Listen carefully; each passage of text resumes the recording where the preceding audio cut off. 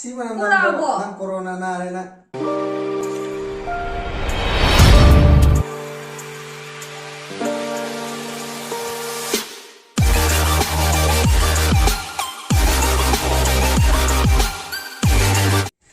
Hello guys, welcome back. Welcome back. Kaya mula Kaya mula Ngasidi.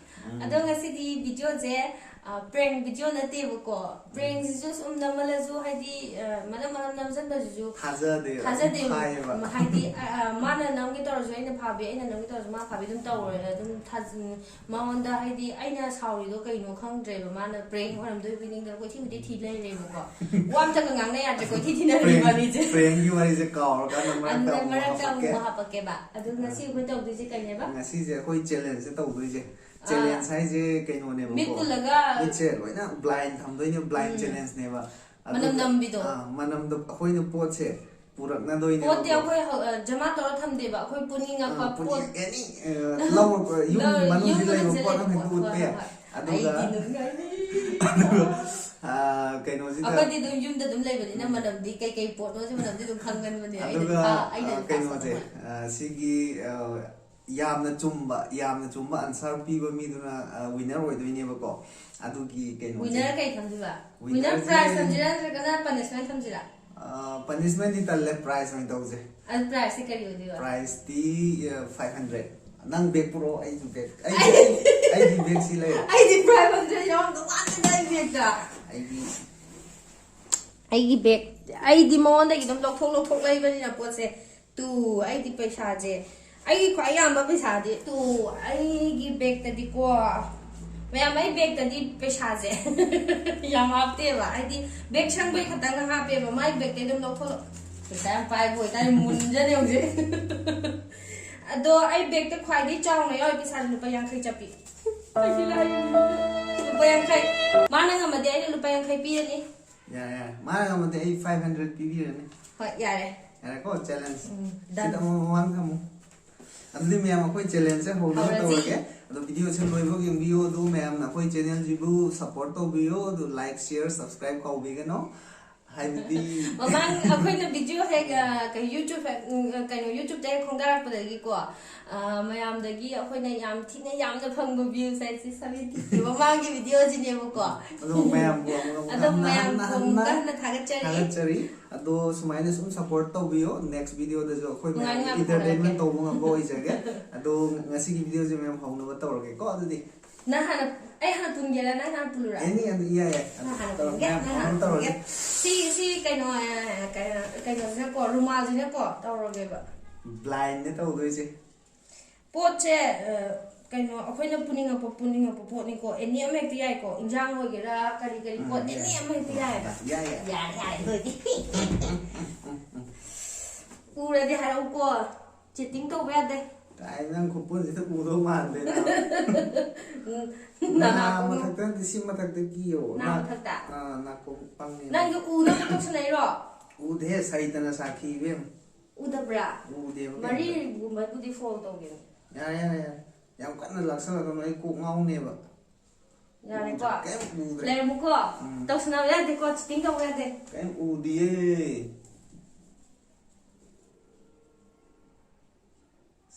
ai na tu je mana yam kan na pangam de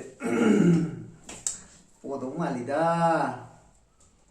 khutti khut na pai na da bi ni ko ma'am to doi je khut na pai be de khut maning na pun ga dam ni khut mani na thang doi ni ai ra ka na ni si po che pure si yeng wa yeng ba ju ya de kai no ba yeng wa hai di kai no na hayo ba hango ba nang na pura kan da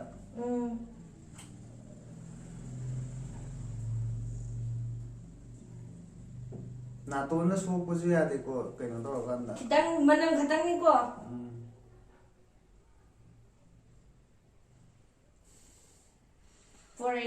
pura bo ai si di ai nu pi thak pu ni vodka na ba simran op as khang ga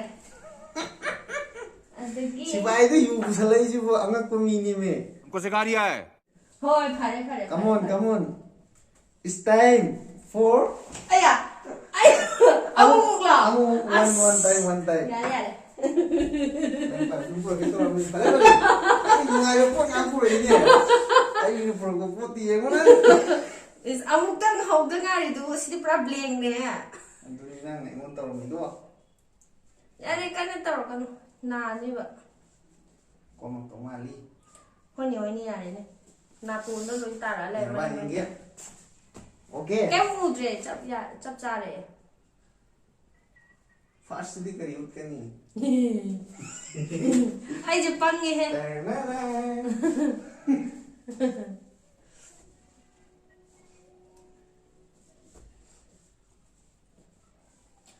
अजीब दास्तां है ये कहाँ शुरू कहाँ खत्म ये Mayam na. है कौन पूरा apa Ang ngay ni. Pure. Sige ngayo. kem tu senam dana Nam ni. kayaknya sih ba Tiền bốc thi ni. 1, 2, 3, til hau ra 4, 5, 6. la thua này mà làm gì đấy Lap te. 8, 9, 10. capsicum Kaya nung capsicum mo di. as ui thu đi Ay mo. ai ngầm rồi đó này thì mà nằm mắm tay nhau đâu mà po này bottle đâu có cây mà nằm đuôi nó chắc không cái po này budi hai phải tikang ba đúng không nè Adena adi ka kamay mo capsicum hari kay gino khang di.那这chắc không cái po này đi khang cái hai mà chắc không cái hai phải mà nằm đi nằm này rồi xem Mayam ay na one. Ay na. đại tẩu thật Ay na đây là one one ko. one point one grade quá Ay na 1 point phang eh. Ma hojik 0 lay ri hojik phawda. anh nó for business Yes, ma ji kitchen di pot ne. Kitchen mo kon tai. for it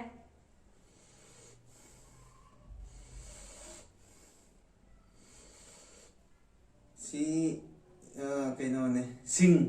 nette अच्छा हमको सिखा रिया है Adudi. Yai ngang. Coba. Ang sing sing. Kupang nga si no pisi pra budu ne. mà nằm nó nằm đâu có mấy không cái nào không đâu ai rồi ai po rồi nó cầm tôi à tôi cho nó tay khai cả này cái số lần bị đấy Si kupang nga si dabu si ampang mo no pinese.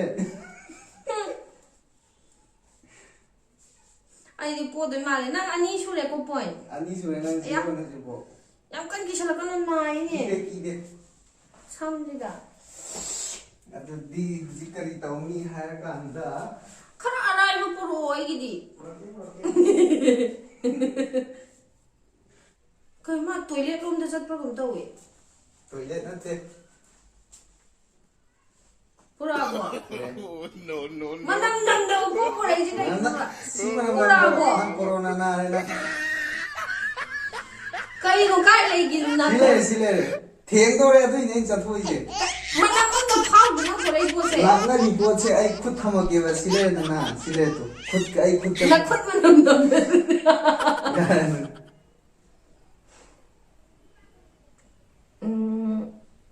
Belendri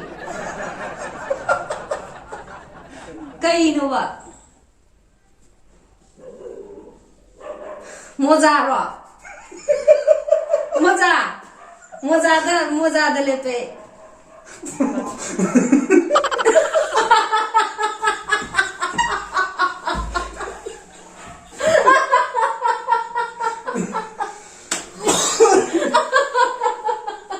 anh đừng quên nào mà đừng quên là đi có nhà đây này không lầm anh không nghe nam biết tôi phải là udah berapa kau chatting Ay, tau mo kitang kau chingdaw. aduh ni ba chatting tau na gum je Ai kai su tau de hena ona ting. hoi ba aduh ni haje na ko le mu kwa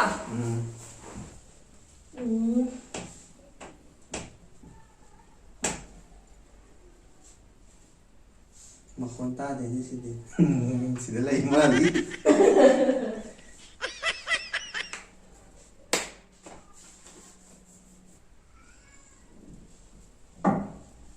por ahí ko Pusalagtri nang nanakta. Puri. Pure.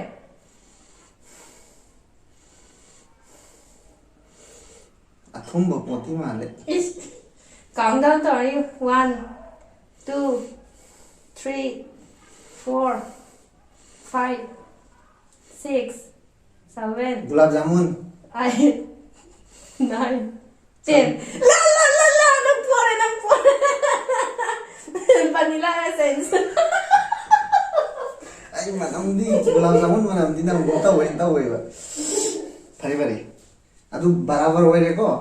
Ai tu nang tu khang ja ba ko ai ju tu khang re ko.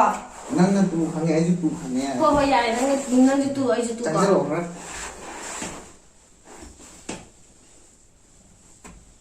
Na tu won si ji tar ko je maning chat la ba. Iskat na kisan gre andak ti mangam bagi khala. Na na sai yen mo male. Acha. Bo ya phatine.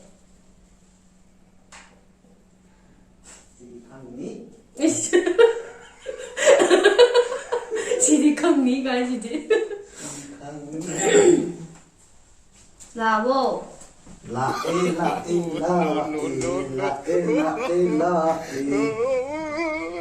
Sige ngayo. Uzu purak te du na to ma ta ju. Ngayo. Uzu purak te du na to na ta. Na to na nap play je thegani. Kai de manam yaw di nang po se. Thegani. Manam nam po purau ya dro. Nang puni mo pot pro kadam ni gai no. Nang manam nam gre na moi gira. Yara thenge u. Kai theng de. Ai thenge ke nang na mai thenge tu. Le to. Ko na theng ya di khang ga dam. Kot na thenge di loi khang da mo gai no. Kai na yo.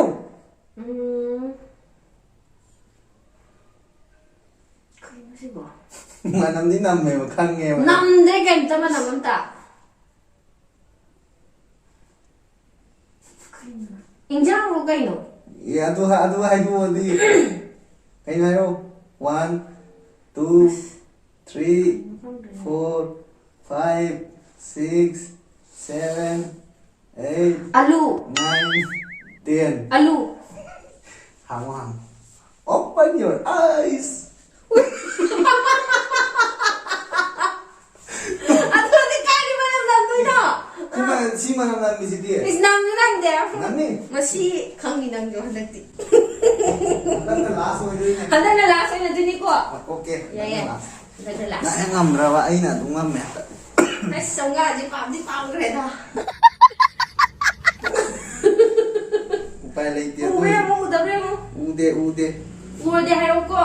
Oi me mai pe ma. Chiting tong na bum de ba. Ura di nga sai nang pura itu hai ro dro chum na. Ai phare. Mayam like, share, subscribe. Next video da ju mai video tha lak ke. Ure ko. Chắc chắn đi mà lì ra.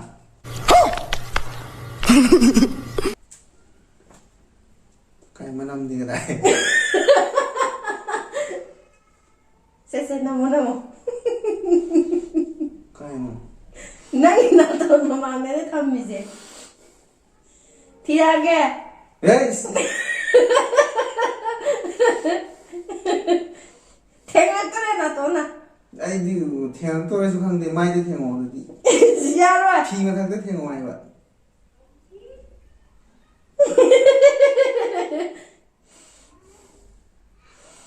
Thira ni ang kui male. Ten. Na khut mà nằm. 9. Na khut mà nằm nằm. Ye khut na kan da sama 10 9. Pick qua bột này. Ai api ko po na. Ado di khra. 7 Khut nằm bay rồi pick pa này vậy. 6 5 4 Hadi. 3 2 1. Yay! Nande. Api ko po na.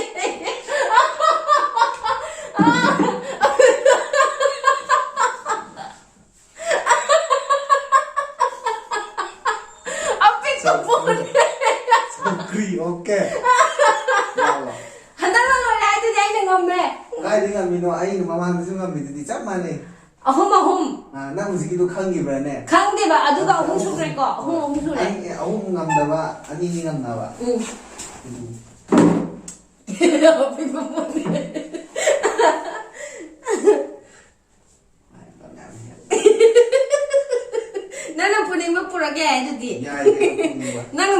ꯄꯨꯔꯛꯏꯗꯨꯗꯤ ꯅꯪ ꯁꯤ ꯆꯧꯀ꯭ꯔꯤꯁꯤ ꯊꯝꯕꯤꯔꯝꯃꯣ ꯀꯔꯤ ꯄꯨꯔꯛꯇꯣꯏꯅꯣ ꯅꯥꯇꯣꯟꯗ ꯃꯔꯦꯡ ꯃꯔꯦꯡ ꯆꯠꯂꯦ ꯍꯥꯏꯕ ꯑꯩꯗꯤ ꯁꯤꯗꯤ ꯃꯅꯝ ꯌꯥꯝ ꯀꯟꯕ ꯄꯣꯠꯅꯤ ꯄꯨꯔꯛꯑꯕꯣ ꯄꯨꯔꯛꯑꯣ ꯂꯩꯔꯦ ꯑꯁ ꯁꯤꯗꯤ ꯑꯩꯒꯤ ꯈꯨꯠꯁꯨ ꯊꯥꯡꯉꯦ ꯀꯩꯅꯣ ꯕꯦꯂꯟ ꯎꯕ ꯅꯠꯇꯦ ꯑꯁꯦꯡꯕ ꯄ꯭ꯔꯣꯃꯤꯁ ꯃꯥꯏꯀꯣ ꯑꯩ ꯎꯗꯦ ꯕꯦꯂꯟꯗꯤ ꯑꯩꯅ ꯑꯗꯨꯝ ꯄꯥꯏꯔ ꯂꯩꯕ ꯄꯣꯠꯅꯤ ꯈꯪꯗꯕ ꯃꯅꯝꯗꯤ ꯑꯩꯅ ꯀꯥꯔꯦ ꯍꯟꯗꯛꯇꯤ ꯌꯥꯔꯔꯣꯏ ꯑꯩꯅ ꯀꯥꯔꯦ ꯑꯗꯣ ꯑꯩ ꯑꯃ ꯋꯥꯠꯂꯤ ꯏꯁ ꯅꯪꯅ ꯇꯧꯒ꯭ꯔꯦ ꯑꯗꯣ ꯑꯩꯒꯤ ꯅꯝꯕꯔ ꯋꯥꯠꯂꯤ ꯂꯥꯎ ꯑꯩꯒꯤ ꯋꯥꯠꯂꯤ ꯍꯥꯏꯕ ꯂꯥꯎ ꯍꯟꯗꯛꯅ ꯑꯩ ꯉꯝꯗ ꯇꯥꯔꯗꯤ ꯅꯪꯅ ꯄꯣꯗꯣꯏꯅꯦ कैसा लगा मेरा मजाक ꯍꯟꯗꯛꯇꯤ ꯌꯥꯝꯅ ꯅꯪꯅ ꯄꯣꯗꯣꯏꯅꯦ ꯃꯔꯨ ꯑꯣꯏꯕ ꯄꯣꯠ ꯑꯃ ꯄꯨꯔꯛꯇ ꯌꯥꯔꯣꯏ ꯂꯦꯝꯃꯨ ꯆꯥꯛꯁꯪꯂꯣꯝꯗꯩ ꯄꯣꯠ ꯆꯪꯉꯒ ꯆꯧꯀ꯭ꯔꯤ ꯄꯨꯔꯦ ꯀꯃꯥꯏꯅ ꯇꯧꯔꯤꯅꯣ ꯄꯨꯔꯛꯑꯦꯀꯣ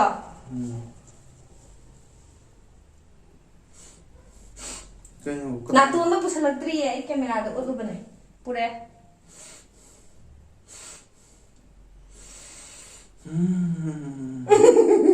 ꯍꯩ ꯃꯅꯝ ꯅꯝꯃꯦ ꯃꯅꯝ ꯊꯤꯔꯒꯦ 10 9 ꯍꯩ ꯀꯩ ꯂꯩ ꯑꯩꯈꯣꯏꯗ ꯁꯦꯝ 8 7 ꯆꯝꯄ꯭ꯔꯥ 6 ꯆꯝꯄ꯭ꯔꯥ 5 4 ꯆꯝꯄ꯭ꯔꯥ ꯃꯅꯝꯗꯤ ꯈꯪꯉꯦ 3 2 1 ui phùi mà mà cô không có gì hết cái cầm hành năm mình nó xịt bỏ chị chambra mình khăn rồi đi bộ năng corona anh là thôi nên cái này mà nằm phao đi à tôi mèo mà xí đi draw chặt lên mai rồi vậy cái trên tivi rồi video em cháu ăn được rồi dạ rồi cháu ăn video rồi đó là cái này cháu ăn được rồi này anh đang ngầm gì thế này cái này ngầm bị chặt loa trong ra cháu ăn được trong ra chị cũng đâu nhiều trong ra cháu chặt loa ra tôi mèo video nó không ăn được rồi đã video thì tôi đi like share subscribe tao video mai na nuai video tum thagat mang boy jage do Ngasidi matang Ngasidi lo shin jarage aduga anouba khoi channel jida haidi changbir anouba changbir poi tar di khoi subscribe to biramo khoi channel je aduga like to biramo share to bir comment to biramo ai ngam de haro aduga han no ai ngam Jadi loisalaji loisalaji ma'am bye bye bayang khai de yan pai hong dre khu